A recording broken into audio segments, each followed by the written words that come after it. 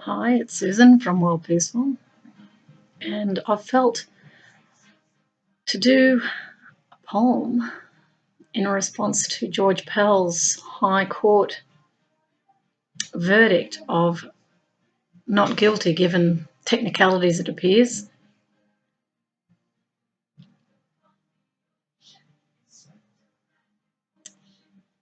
I just want to pay tribute to the children around the world who have not received justice through the courts.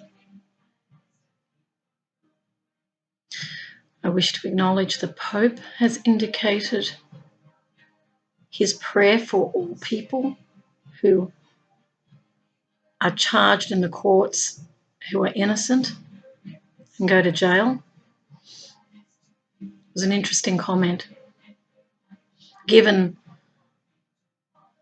the general crisis within the Catholic Church around paedophilia,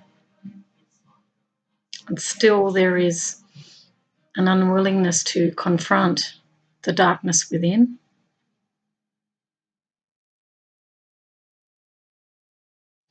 I'm just going to go still for a moment whilst I contemplate today, as it is a very important verdict.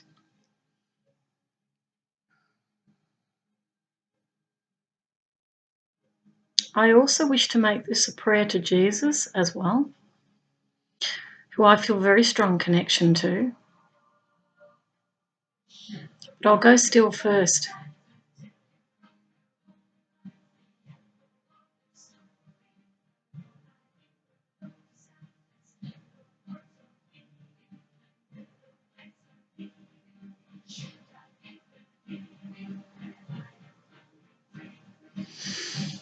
I'm calling on Jesus to be a light in the darkness, but curse it not.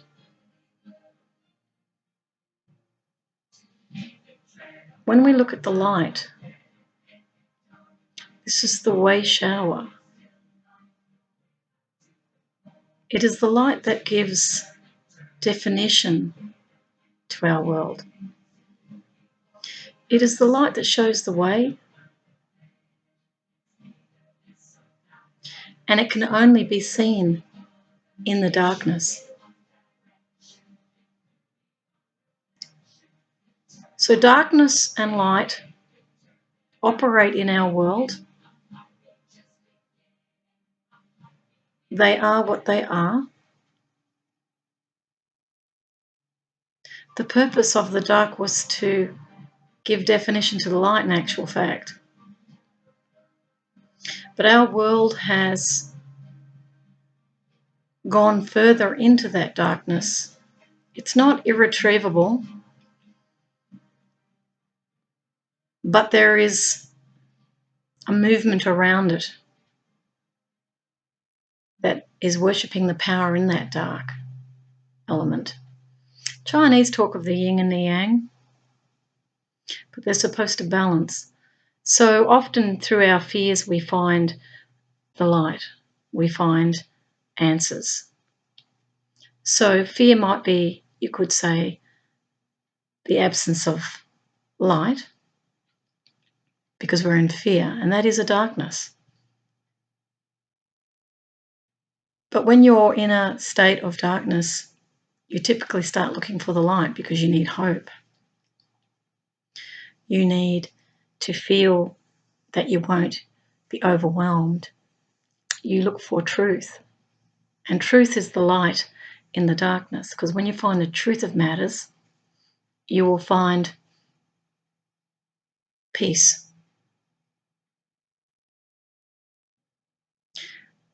I call Jesus Jeshua ben Joseph, and Jeshua was a teacher of peace.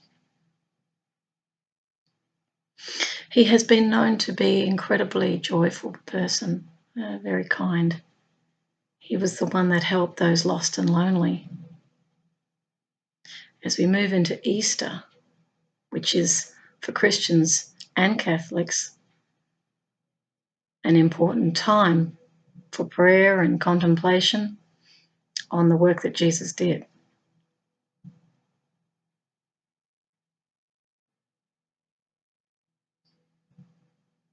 His work was love. When I did the blog today about George Pell, I sent the two boys who were men, and one, of course, has passed away, love. And that one who's passed away is still aware, knows about today.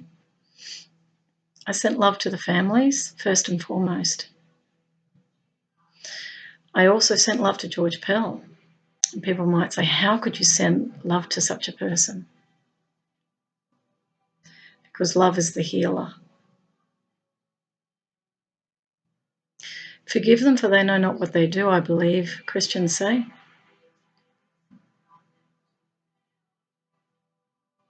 I'm going to contemplate on forgiveness. Forgiveness is forgiving, not taking. Boys take, men give. When you take from a child their innocence, you are the boy that takes, not the man that gives.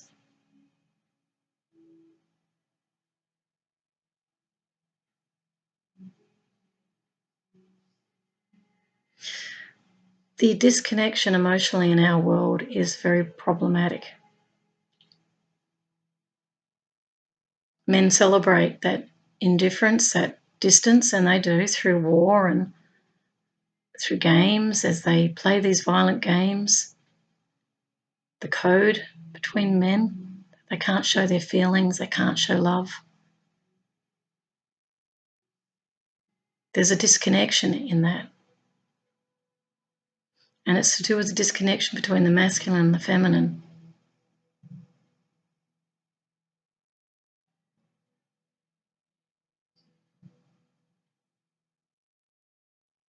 Sexuality has not been understood. Of course, it's a holy connection between men and women.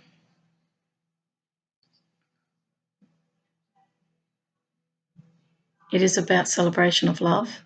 It's not about self-gratification alone. And those who self-gratify through sex have disconnected from the other person. They don't care what they're feeling. They're only caring about their own gratification. And this is the selfishness.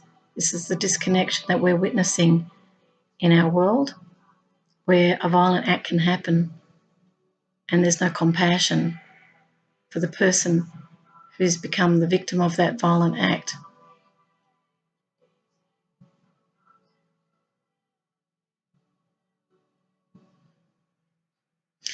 I was reading some of my dad's writing, and it turns out there was sexual abuse in my family too.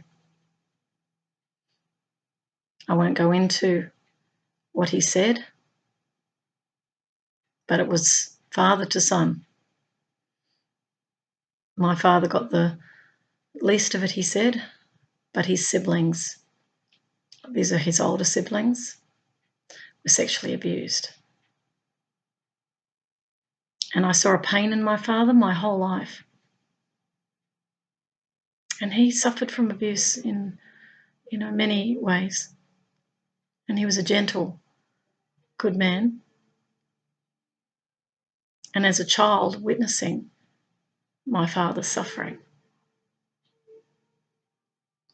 it was very, very hard.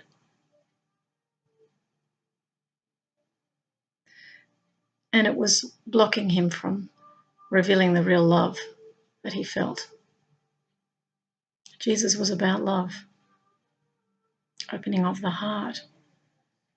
And see, the abuse closes the heart. And to abuse, you have to close your heart.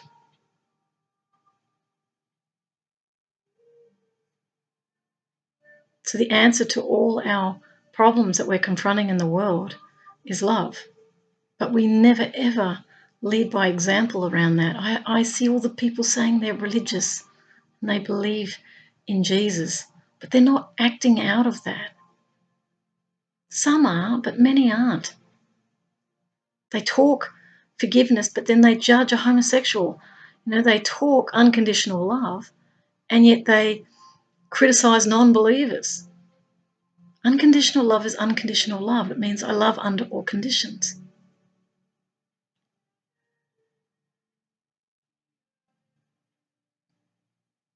So my heart is opening for all those who are suffering from abuse. And our system is also delivering abuse in respect of detainees. Detention centres been oversighted by military personnel, ex-military personnel. This is not appropriate. You can't on the one hand say that you believe in a divine creator and then on the other hand endorse war. War is not peace. It never has been and never will be. There's massive denial around war. Killing of innocent parties. There was 100,000 killed in these wars in Iraq and Afghanistan. And yet there appears to be great concern over the possibility of a few thousand deaths due to a virus. But we don't show the same concern for others that are dying from AIDS, cancer, broken hearts. We just don't seem to be able to connect the dots.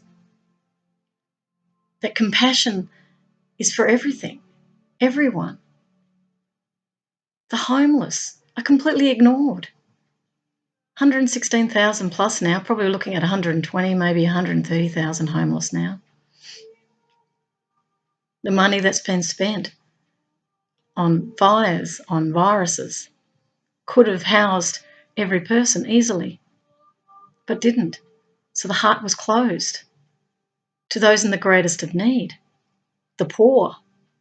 And yet people will preach about, oh, we must help the poor.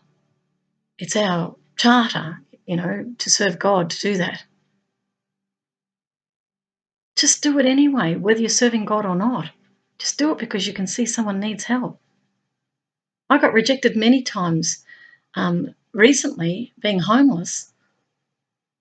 I couldn't believe it. Friends said they couldn't because they couldn't risk an older person getting coronavirus when I don't have it. I just needed shelter. Even Rotary, who I'm a Rotary Peace Fellow with, I approached a Rotary Club and said, can I just use your power supply to plug in for a caravan that was being lent to me? And that didn't happen. They went no, due to the restrictions. So compassion wasn't leading. They weren't doing good here. They were just telling me to go away, and I was a Rotary Peace Fellow. No compassion.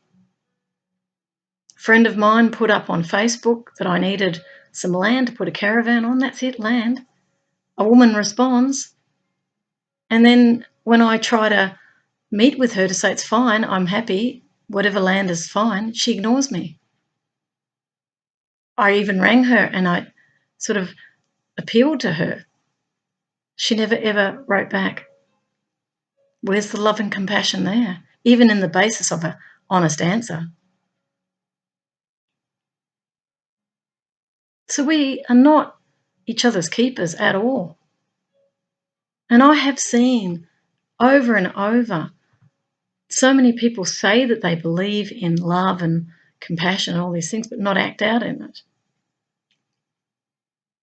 And then we have this situation happening today where the High Court clearly is acting off a technicality and not off the testimonials. The young boy, apparently the man who came forward, who was the second boy that was abused, he only came forward because the other boy died. He died as a man, and he felt compelled to speak the truth. That's not even honoured here. There's something wrong with our judiciary. And I'm certainly not for making, a person, I'm not into punishment or anything like that. Why aren't I into punishment? Because I don't believe darkness solves or resolves darkness. But I do believe if a person has really abused and hurt another person, they need to sit with that person and deeply apologise to them. And there has to be some sort of outcome here where that person learns, because we don't want them doing it again. We have to understand the sickness behind paedophilia. We are not to endorse sex with children, because there are some people who are actually communicating this to try and make it okay when it's not okay at all. It's painful, it's agony for that child, it's nightmares, and for some it's suicide. It's like the rape of a woman, same thing. People think it's just sex. It's not sex. It is agony. It is trauma. They relive that experience over and over. It's a violation of that person. It's darkness that feels nothing, because there's no light, no love within the space of that. Just going to put that down, the candle. And I don't know how I'm going to do this, but I'm going to try and do a poem. This will be, I did one the other day and it sort of came out really well. So I'm going to try. Not sure how it will work, but I'll try.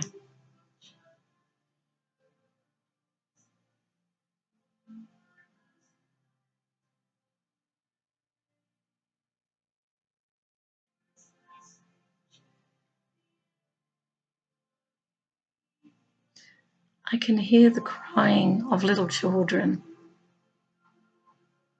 for they are praying for peace. I hear you crying, little children, and I love you. I feel your deep distress as you are undressed in a violent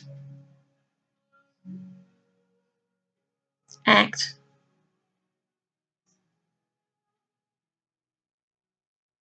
that only taught the ravages of pain and torment, sending the innocent into the darkness of suicidal escape.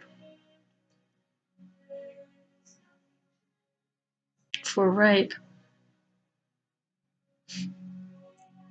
is the greatest betrayal of trust, as lust replaces biblical wisdom, as secrets replace the purification of the heart, as darkened covens become the cave of buried secrets,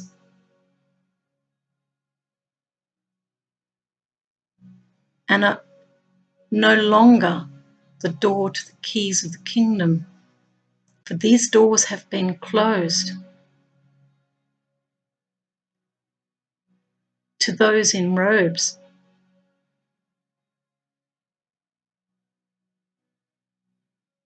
who have spoken of the rosary, praying to God,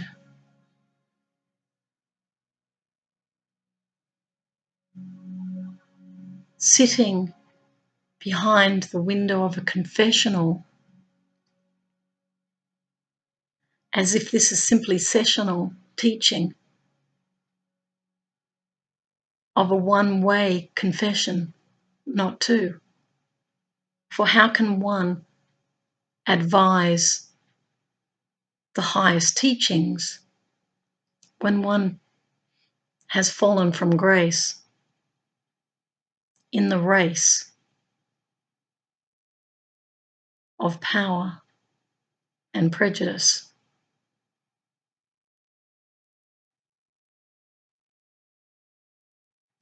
The churches were defiled as they walked in single file, swinging the incense as if they were holier than thou, as if they were ordained by God herself.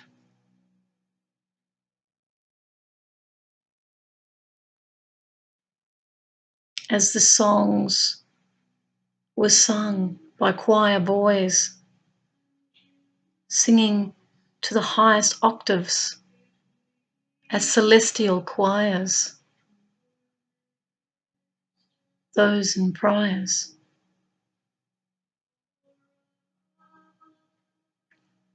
As the congregation sat in this holy space, aspiring, never tiring of community, to commune with He, for He died for their sins.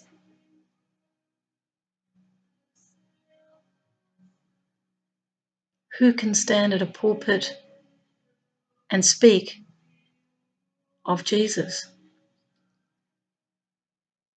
And yet, in those dark places, innocent faces were made to face the wall.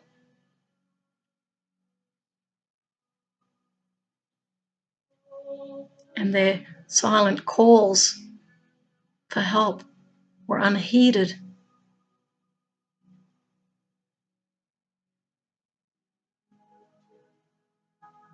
As the priori come around to protect the holy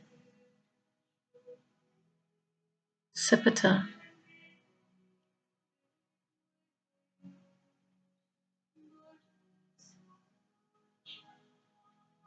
for it's not possible to find this holy grail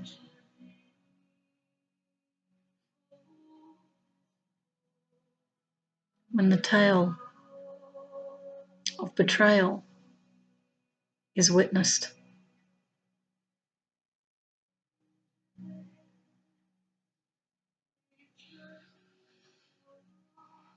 So my dear sweet Jeshua ben Joseph, whom I love with all my heart, what say you?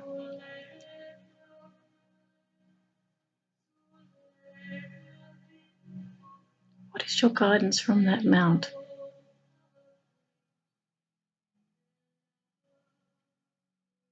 Why were you in that Garden of Gethsemane, suffering as you were to be put to death for preaching love by detractors, by secret societies, by those into power and lusting for control?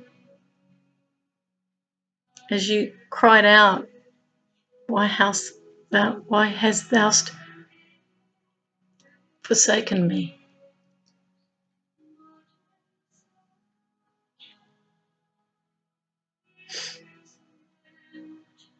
For you have known that separation from God in that moment.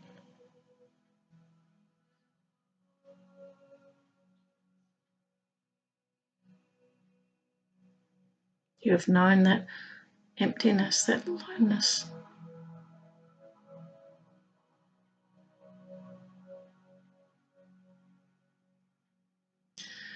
As you reached for both the priest and the paedophile, the prostitute and the thief,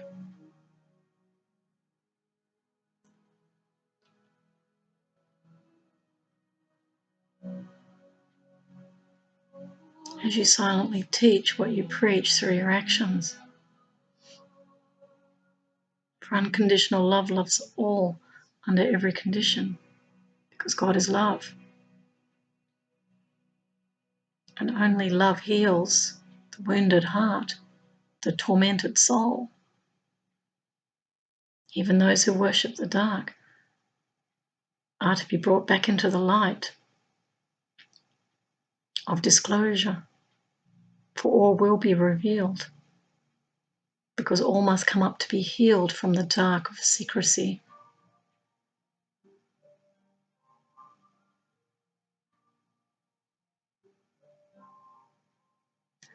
So be a light into the darkness, he would say.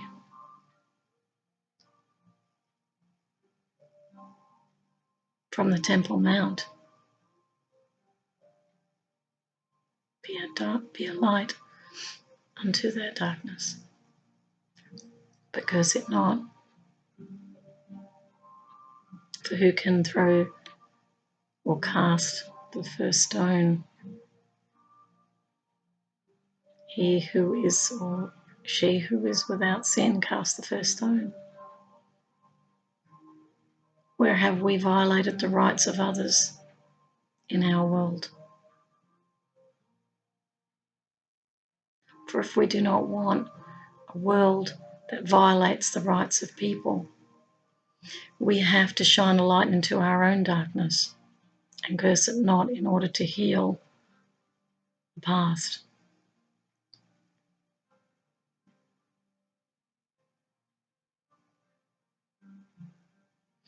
Blessed are the peacemakers, for they will inherit the earth. These are the ones that are spreading love and peace and joy, whose congregation is the whole world. For in order to find the peace, you have to look into the darkness of our own corruption, which happens when we worship greed. Too much money, how can one pay for forgiveness?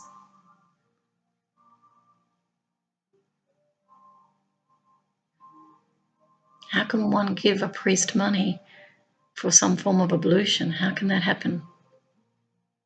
How can it become a business transaction? How can churches gather so much money? Clearly that's not being distributed to the poor. It's being accumulated by the treasury of places like the Vatican.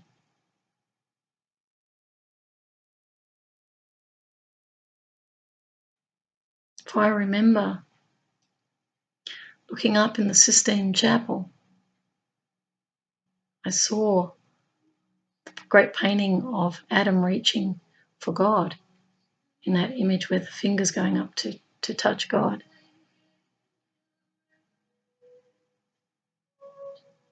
Adam and Eve.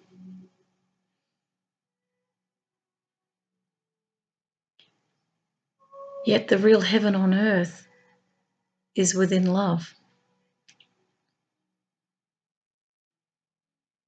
You have to question your own thinking whenever you judge, whenever you persecute, whenever you divide, whenever you inflict harm, whenever you take too much. When you keep casting those stones, rather than the pebble of reflection in the river of your mind. So Jeshua would say to drop that pebble. What sort of thought are you thinking as that pebble drops into the pond of your reflection? What is it rippling out? Love or fear?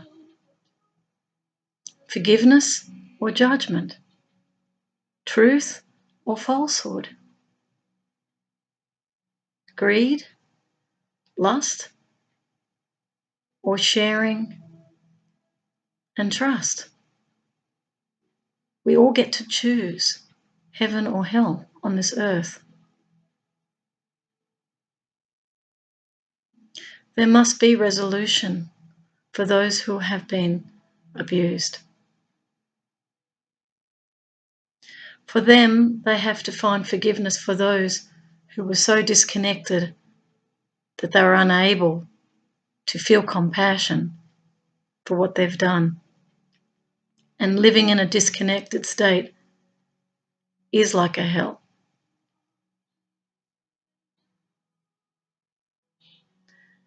And for others to come around those who have experienced the abuse and hold them and love them and listen to them and validate them and honour them. And this assists in the healing of deep wounds of the powerless child.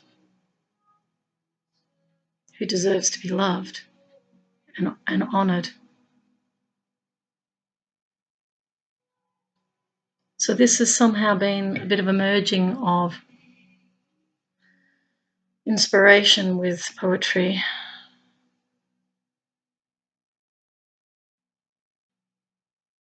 As I felt to communicate the light into that darkness. And it is to know that these rings will be broken. The one ring will be broken and is being broken now. The verdict itself is a sign of the ring being broken because there is an outpouring of outrage as to the outcome at the High Court. Those who have experienced the abuse in the church will rise up, as will the community, because this is not acceptable.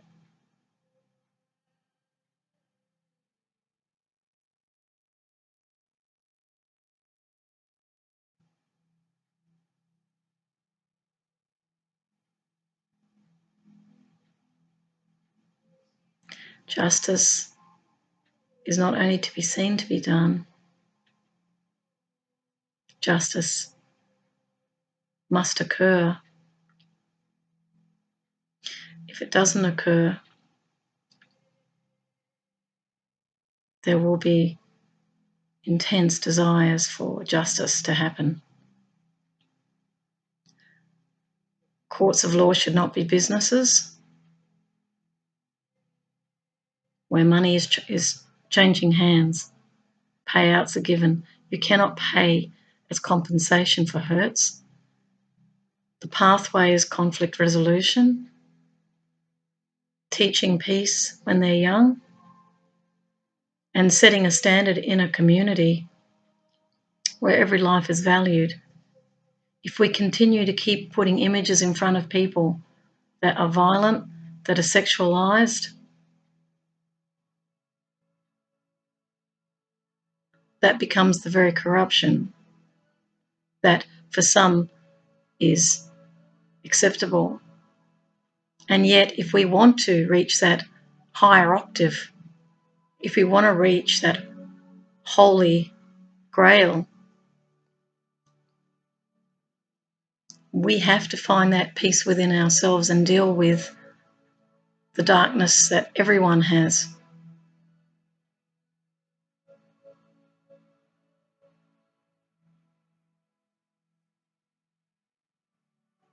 So I will leave you with my reflection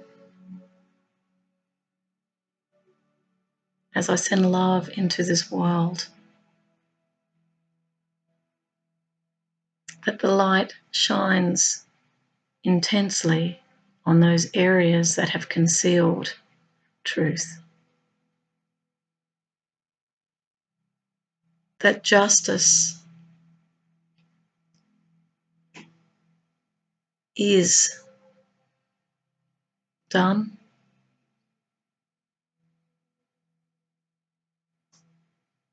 that the rebalancing of the scales occurs all over the world as a natural justice.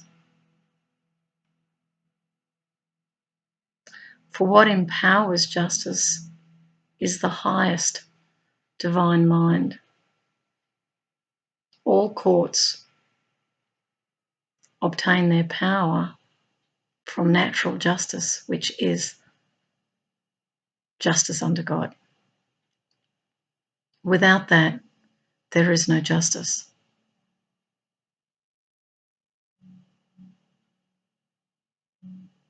One must become blind to bias, prejudice, power interests. One must not speak in quiet corners and speak of compromise or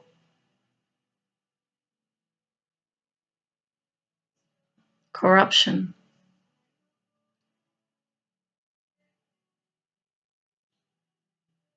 one must not listen to voices that convince findings to turn out a certain way. So blindness is the symbol of the woman holding the scales. Blindness to deception, not able to hear lies and not to speak deceptive words. One has to only be focused on the truth, the whole truth, and nothing but the truth, so help me God, in every court of justice, not law. For this is the higher universal law, L-O-R-E. So I'm shining a very, very strong light on all the courts that justice is done. I see a high light shining across the planet, revealing what's been concealed. As the citizens of the earth demand a better future,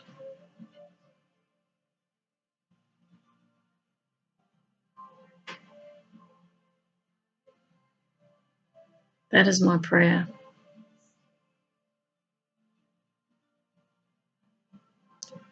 So be it, and so it is. So help me God. Send love and light to everybody. And I feel that sense of love for Jeshua ben Joseph,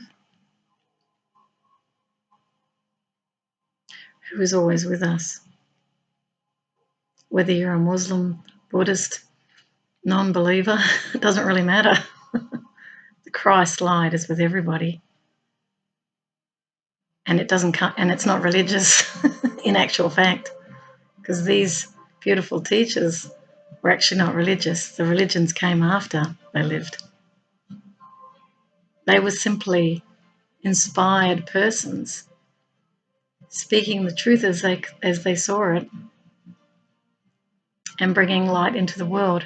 So no matter who anybody is, whenever they speak of love and truth and peace and joy, they are that Christ light. And it crosses all culture, all colour, all language, because it's within the heart of every human being. It is what truly joins us all. And it is literally, when you connect to this heart-based intelligence, it is peace on earth. And that's where we're going. So I send you peace. Much love. Bye.